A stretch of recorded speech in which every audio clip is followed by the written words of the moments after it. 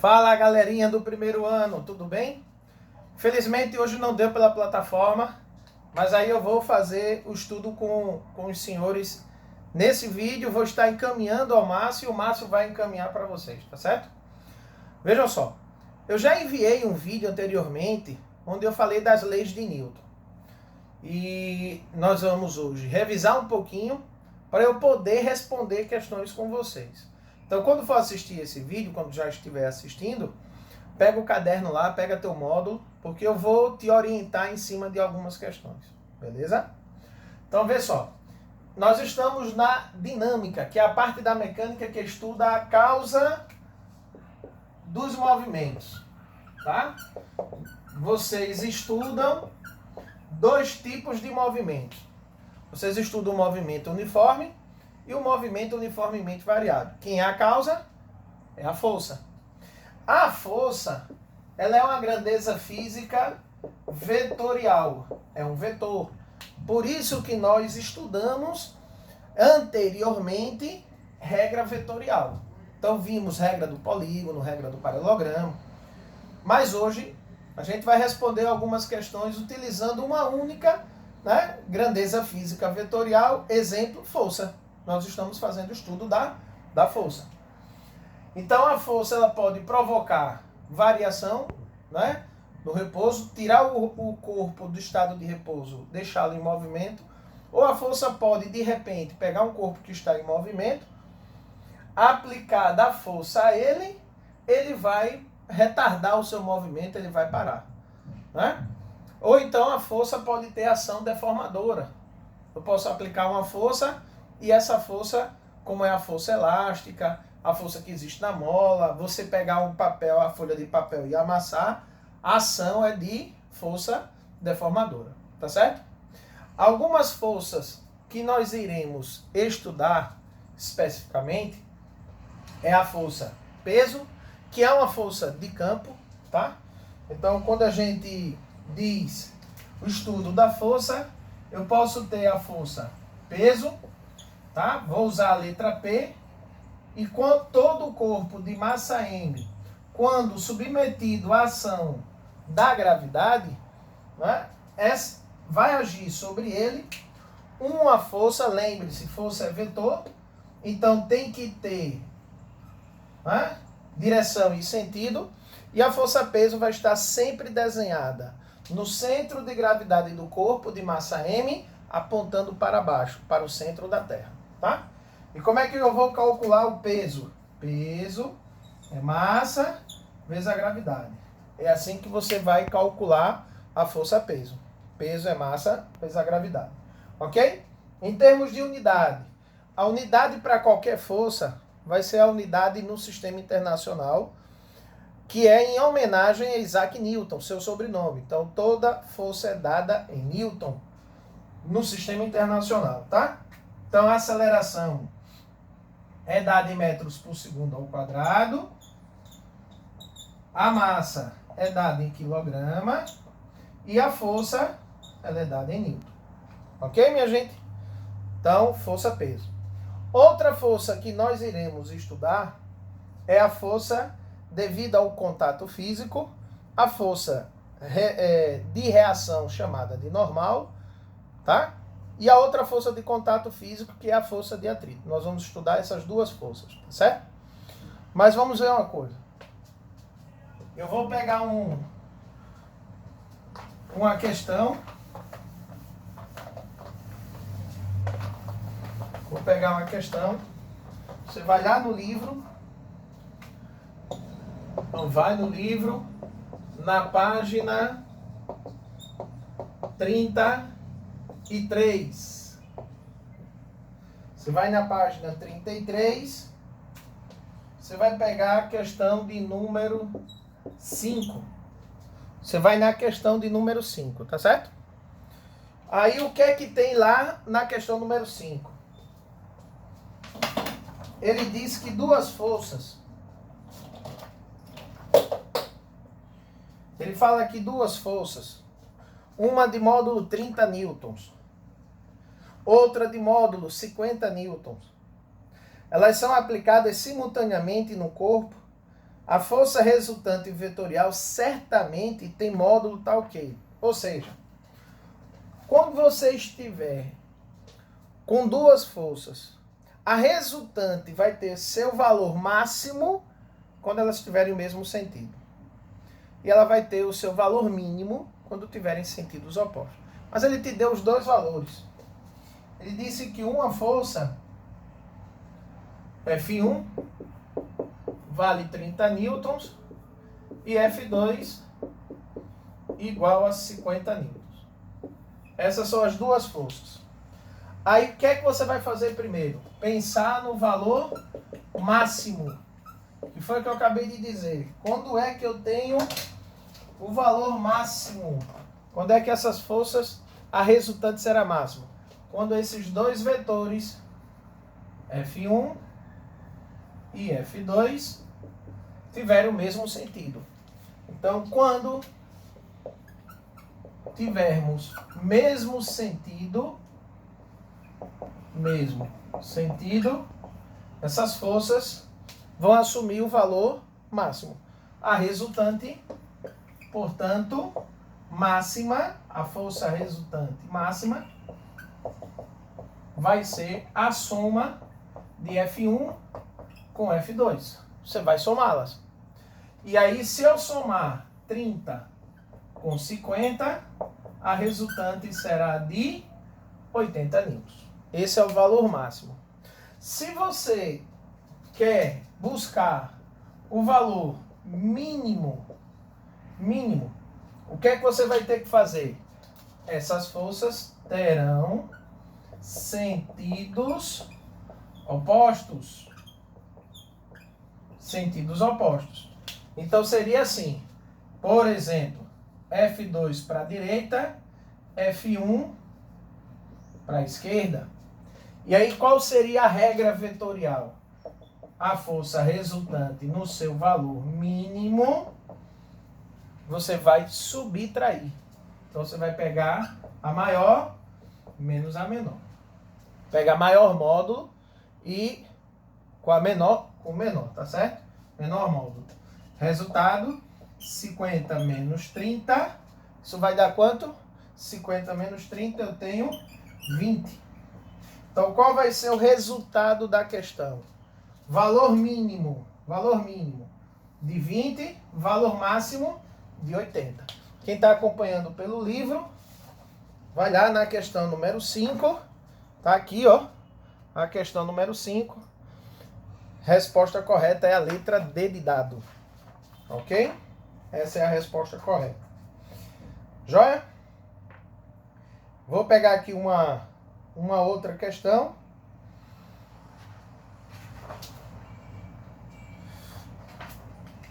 Vou pegar aqui um outro exercício, né? A primeira questão, vou apagar aqui.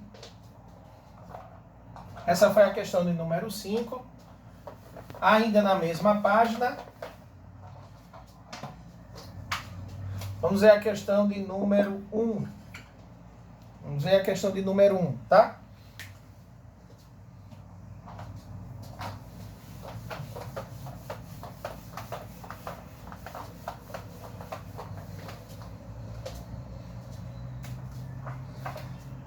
Ele diz que duas forças, né, estão agindo sobre uma partícula. Então eu vou representar essa partícula pela bolinha.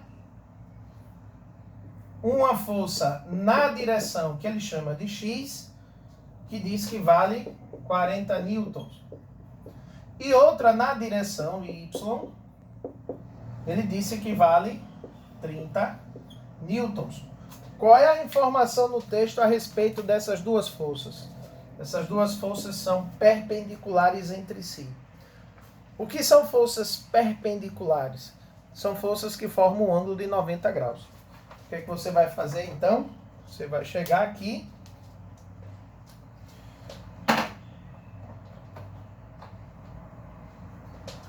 E aí você vai usar a regra do paralelogramo. Você vai usar a regra do paralelogramo. E essa resultante a sua direção e o seu sentido vai ser a diagonal do paralelogramo. Agora, como é que eu chego ao módulo? Porque o exercício perguntou pelo módulo. Quando os vetores são perpendiculares, procure lembrar, teorema de Pitágoras. Então, você vai dizer que a força resultante ao quadrado vai ser igual a fx ao quadrado mais fy ao quadrado. Então, a resultante ao quadrado vai ser 40 ao quadrado mais 30 ao quadrado. A resultante ao quadrado, eu tenho 1.600, que é o 40 ao quadrado, somado com 900. Isso aqui vai dar 2.500. Aí a força resultante é a raiz de 2.500. A resultante, portanto, vai ser igual a 50. Em sala, eu ainda conversei com vocês, mostrei, dei um macetezinho, que quando os valores são múltiplos de 3 e 4, o resultado também vai ser múltiplo de 5, é o triângulo epitagoriano. Então, quando os catetos são 3 e 4, a hipotenusa vale 5. Aqui foi 30, 40, é múltiplo 10 vezes. 10 vezes 5 são 50. Não precisava você ter seguido a risca, né, o teorema de Pitágoras. Beleza?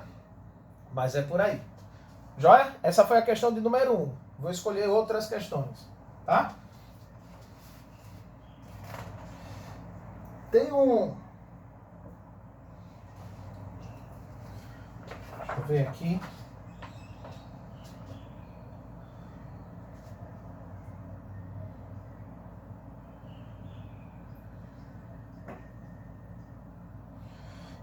Ele disse que... Vamos pegar a questão...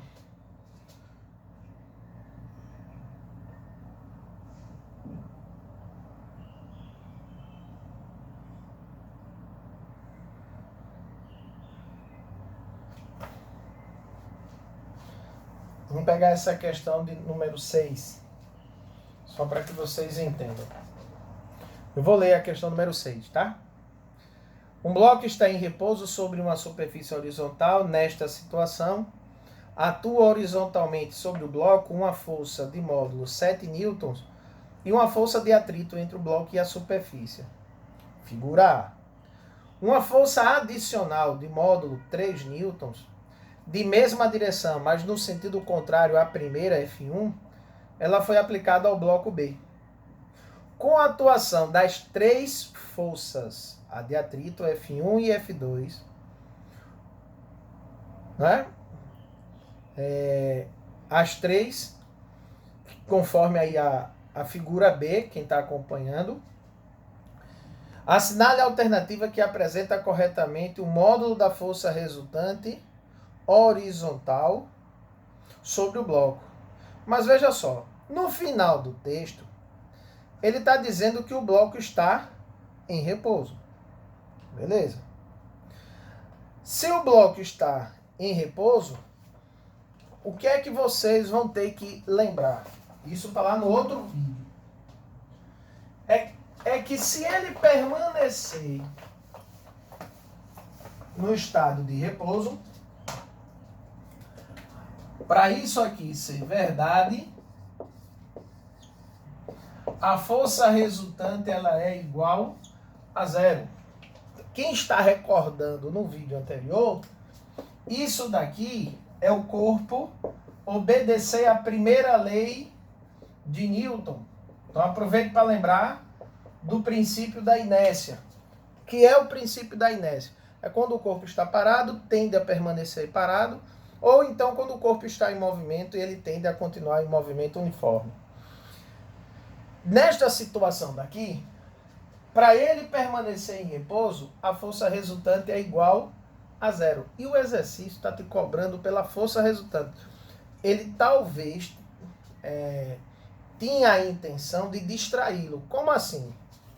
Eu tenho atrito aqui entre o bloco, ele forneceu o bloco. Aí eu tenho uma força F1 aplicada ao bloco, tá? Que ele disse que vale 7 newtons. Uma força contrária, F2, que vale 3 newtons, mas tem atrito. Então, qual é a maior força? A maior força é a de 7. Então, qual seria a tendência? A tendência do bloco ser arrastado para a sua direita. Mas se ele vai para a direita, ele vai receber do apoio, ele vai receber da superfície de apoio, uma força contrária, que é a força de atrito. Se o exercício estivesse te perguntando pela força de atrito, para essa resultante ser zero, essa força de atrito aqui seria de 4 newtons. Porque eu vou somar 4 com 3, são 7, que se opõem a 7. Mas ele não está lhe perguntando pelo valor da força de atrito. Está lhe perguntando pela força resultante. Então eu respondo o exercício baseado em uma única palavra. O bloco está em repouso. Situação de inércia. Força resultante é igual a zero. Então não tem cálculo. É só você marcar a alternativa onde a resultante é igual a zero. Existe uma outra condição de equilíbrio, ainda na primeira lei. Vamos aproveitar para relembrar. Quando o movimento é retilíneo e uniforme, quando o movimento é do tipo uniforme, eu não tenho aceleração, portanto, eu não tenho a força resultante. Tá certo? Então, essa questão aqui foi a questão de número... Deixa eu ver aqui. É a questão de número 6. Se vocês lerem aí a questão número 8, vocês vão perceber que ela trata da outra condição da inércia, que é o corpo estar em movimento uniforme. Então, bora ver aí. Questão número 8. Opa, caiu no Enem. Vamos dar uma olhadinha nela aí. Questão número 8. Vou apagar aqui, hein? Aí você vai procurar lá no texto a palavrinha-chave, vai lá no texto. Aí o texto está dizendo: de acordo com os enunciados das leis de movimento, ou então das leis de Newton, sabe-se que para um corpo permanecer em movimento retilíneo-uniforme, para ele permanecer nessa condição, a força resultante tem que ser igual a zero, certo? Aí ele diz assim: considere a seguinte situação. Um homem empurra um caixote em linha reta com velocidade constante sobre uma superfície horizontal, como mostra a figura. O único diagrama que pode representar as forças que atuam no caixote em tal situação é, olha aí, vê só, o que é que ele está colocando para vocês. Eu vou ter que obedecer esta situação daqui na questão, tá? Eu vou ter que obedecer aquilo ali. Aí eu tenho um rapazinho que empurra um caixote. Beleza. Se ele está empurrando um caixote, é porque eu tenho uma força exercida pelo rapaz. Força F. E quais são as outras forças que eu tenho agindo sobre o caixote? Eu tenho a força peso, devido ao campo gravitacional. Todo corpo que tem massa M tem força peso agindo sobre ele. Sempre desenhando para baixo, sempre. Devido ao apoio, aí você tem uma outra força contrária ao peso nesse momento. Como é que se desenha a força normal? Essa força N, que é conhecida como força de reação ao apoio, tá? Então, quem está recordando do outro vídeo, normal é a força de reação ao apoio. Se o apoio era horizontal, a força normal é uma força perpendicular. Então ela vai aparecer na vertical, já que o apoio é horizontal. Eita, professor, então eu vou apoiar o corpo na parede vertical, como quadro. Então a normal seria perpendicular à parede, beleza? Então normal é sempre perpendicular ao apoio. Como o apoio ele foi horizontal, a normal apareceu perpendicular para cima, beleza? E aí recebeu também do apoio uma força conhecida como força de atrito. Então, para isso aqui ser verdade, para que a resultante seja nula, eu tenho que pegar esses vetores que estão na horizontal para a direita e para a esquerda, para dar zero, já que tem sentidos opostos. Qual é a regra do primeiro exercício que eu fiz? Sentidos opostos subtrai. Beleza? Lembrou? Então, para dar zero, as duas são iguais. E na vertical, para dar zero, se também tem sentidos opostos, qual é a condição? Que também sejam iguais. E só tem um desenho que os vetores estão desenhados no mesmo tamanho, que é a letra D de dado. Então, aqui, ó, você tem que enxergar esse vetor igual a FAT, ok? Então, o F igual a FAT, certo? Essas duas forças são as forças horizontais. A força feita pelo rapaz e a força que eu encontrei de resistência com o apoio. A força normal, que é perpendicular ao apoio, está para cima. Então, ela tem que ser igual ao peso, que está para baixo. Então, normal, né? Normal e peso são iguais. Então, essas forças se anulam. A única alternativa, questão que caiu no Enem, a única alternativa é a letra D. Ok, turminha? Vamos progredir agora. Então, vejam que a gente acabou encontrando questões falando das leis de Newton. Primeira, segunda, né? No nosso caso aí, primeira lei de Newton. Então, a gente aproveita e revisa a segunda e a terceira. Os enunciados. Então, vamos lá.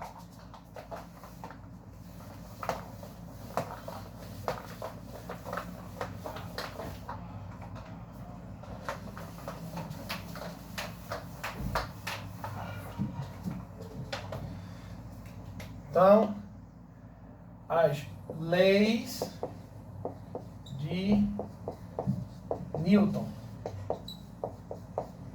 As leis de Newton. A primeira lei é conhecida como princípio da inércia. A gente acabou de ver isso aí. Ou seja, condição de equilíbrio. Quais são os dois tipos de equilíbrio que nós temos? Equilíbrio estático, que é aquele em que o corpo permanece parado, e o equilíbrio dinâmico. Ok? Independente se é estático ou se é dinâmico, ou se ele está literalmente parado, ou se ele está em movimento retilíneo, uniforme, não importa, a força resultante é igual a zero. Todo exercício de equilíbrio, a resultante vetorial das forças é nula. Segunda lei de Newton é conhecido como princípio fundamental da dinâmica. Portanto, relaciona a causa e a consequência. Então, todo corpo de massa M, então se eu pegar aqui uma caixinha de massa M, se aplicarmos uma força resultante diferente de zero, então eu vou quebrar a inércia. Então, se eu aplicar uma força resultante diferente de zero, eu passo a ter uma aceleração diferente de zero. Então, nós vamos trabalhar com a primeira equação, força resultante é massa vezes aceleração. Por isso que é chamado de princípio fundamental da dinâmica. Eu vou trabalhar com essa força sempre, com essa equação, sempre. A força resultante, né? Aí eu tenho que analisar as condições vetoriais, é a massa multiplicada pela aceleração. Terceira lei de Newton é aquela que trata da ação e reação. Ação e reação. Toda força de ação, ela requer uma força de reação de mesma intensidade na mesma direção, só que vem no sentido oposto. Então, se você tem duas pessoas que se empurram, né? A e B, tá? Então, a força que A exerce em B, força que A exerce em B, é exatamente igual à força que B exerce em A. Elas têm sentidos opostos, mas têm mesmo valor numérico e são aplicadas em corpos distintos. elas não se anulam, são iguais, têm sentidos opostos, mas elas não estão aplicadas ao mesmo corpo, elas estão aplicadas em corpos distintos. O patinador A, por exemplo, empurrou o patinador B. Então, A exerce uma força em B e o B devolve em A. Ação e reação são aplicadas em corpos distintos. Beleza? Então, vamos escolher algumas questões. Eu vou para pegar o material de vocês.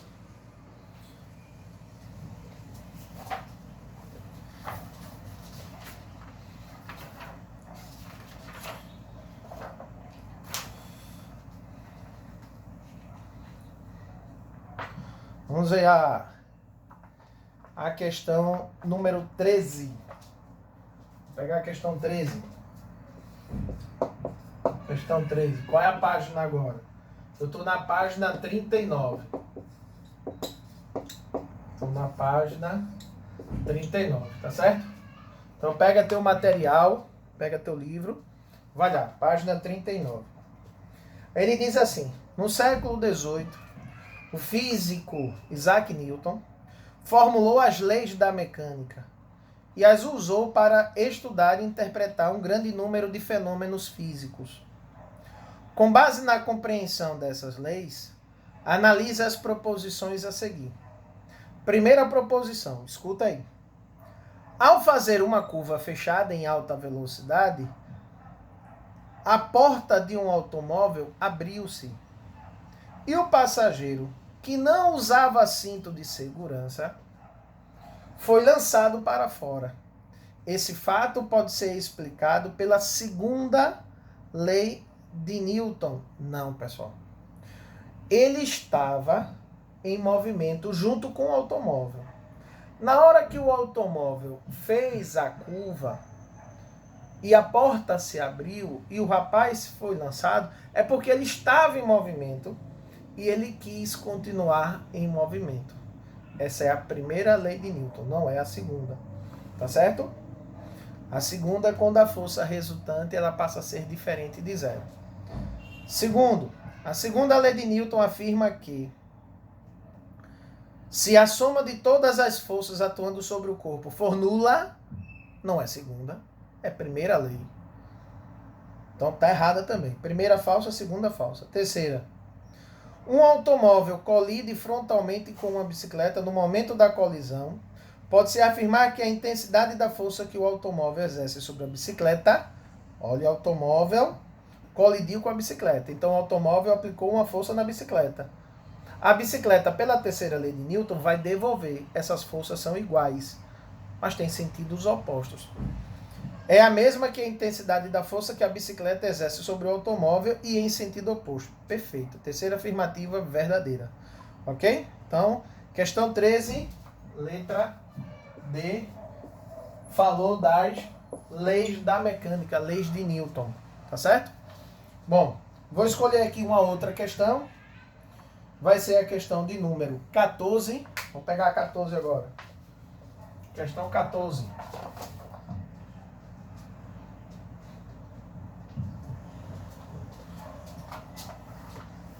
Vou apagar aqui.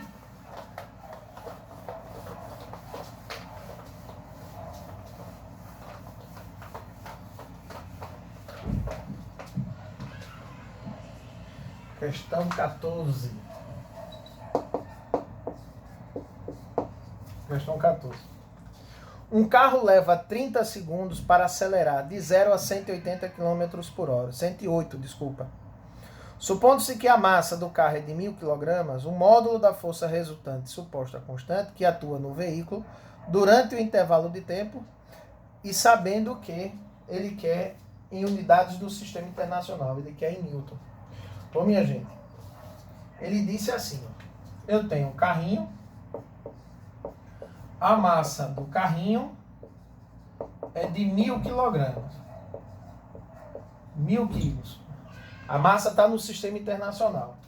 Só que esse carrinho sai da velocidade inicial 0 e ele vai atingir a marca de velocidade de 108 km por hora. Opa!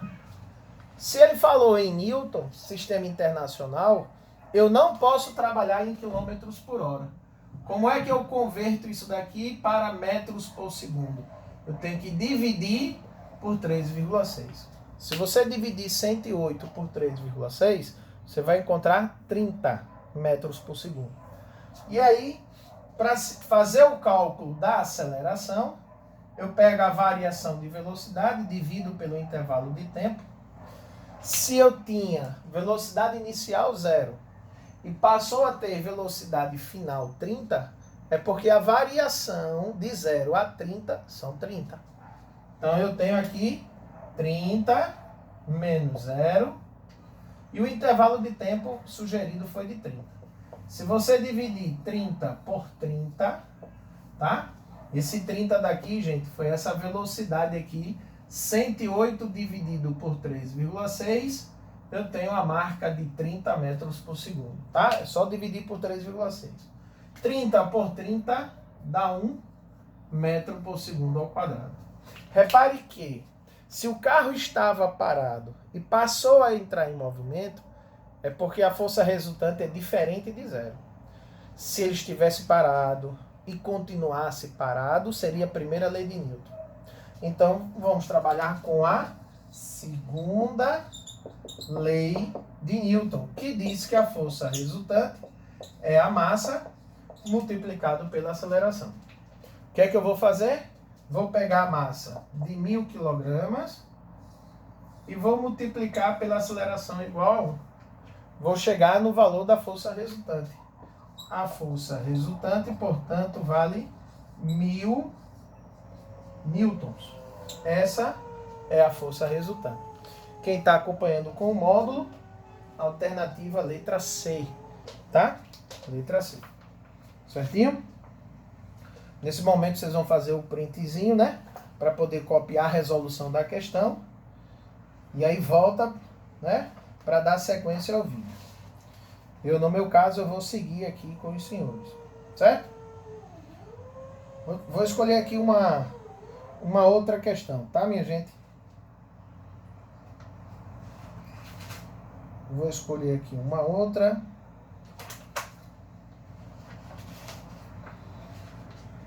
Nós estamos aí com um pouco mais do que 30 minutos. Eu acho que dá pra gente trabalhar aqui com a questão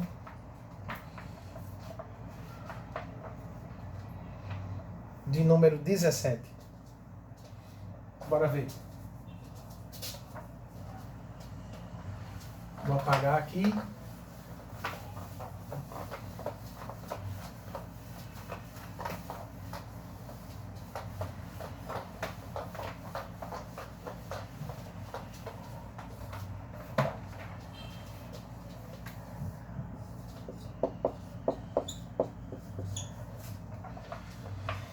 Na questão 17, ele diz que um caminhão cuja massa é de 20 toneladas, eu vou ter que transformar, uma tonelada tem 1.000 kg, tá? Então, eu vou pegar um caminhão,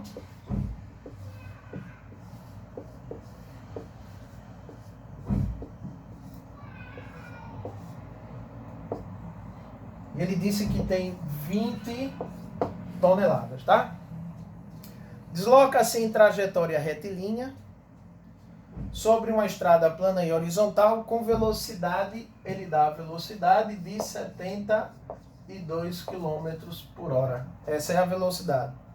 Quando é freado e percorre 50 metros até parar completamente.